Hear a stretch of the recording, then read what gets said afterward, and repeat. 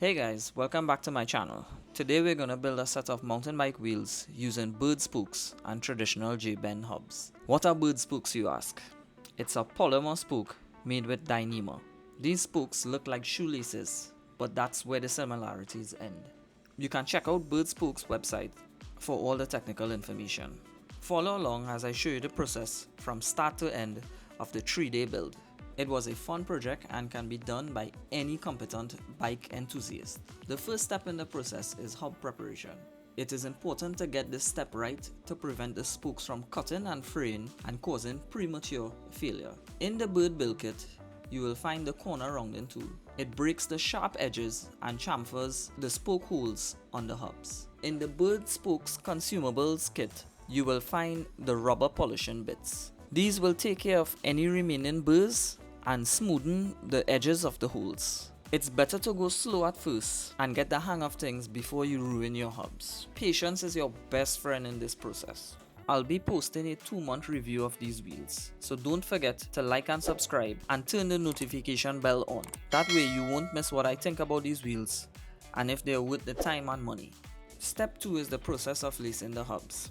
I used a 3-cross pattern to lace these wheels. I found a very detailed video online done by Park Tool, which I'll link in the description and you guys can check it out. The first step was identifying the key spoke. This is solely for aesthetics, so the hub logos can be seen through the valve holes. According to the internet, this is how quality rims are built, and we are striving for quality here. After identifying where the spokes go on the hubs, we can start lacing the hubs. It is advised to lace the entire hub first before you start lacing the spokes to the hoops. When you start your build, you'll easily see why this makes sense. In the builder's kit, you will find the spoke pulling tool and the pulling wire with loop ends. These will be used to fish the hoop ends of the spokes through the hubs. After pulling the spokes through the hubs, about 1 centimeter or half of an inch, use the awl and being mindful not to stab the spokes, open the hoop end of the spokes. Now we will put the rod in place, making sure to center it to the hoop and pull the spoke back in the direction you entered the hub to secure the spoke in position. Step 3 in the process is lacing the spokes to the hoops. Berd recommends that you lace the high tension side of the wheels first. For the front wheel, it's the disc side, and for the rear wheel, it's the drivetrain side. Berd recommends building with double square secure lock nipples. As you make your way around the wheels, thread each nipple in approximately 2 rotations to leave enough slack in the spokes. Because the spokes stretch, they are spec'd to a tight tolerance as to ensure when fully tensioned the spokes are in the nipples at the proper depth to ensure a strong wheel set. As you make your way around the wheels, as the spokes become harder to lace, you can use the spoke wrench to hold the spokes and pull them closer to the nipples to thread them on. As mentioned before, I'm using the 3-cross method to lace these wheels. Berd states that for cross pattern lacing, the spokes are not interlaced.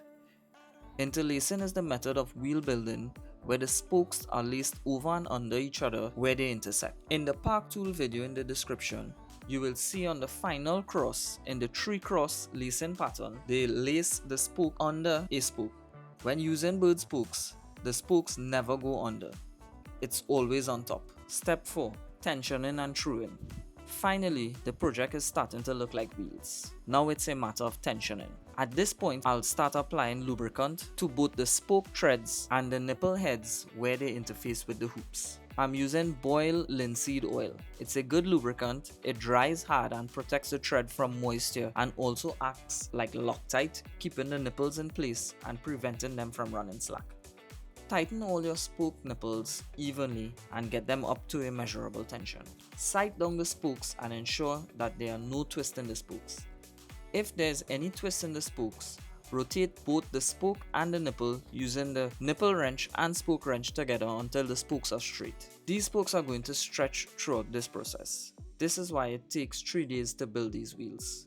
Using the Park Tool TM1 tension meter, Berd requires a 100 kg force for the initial spoke tension, which is 15 on the TM1 meter.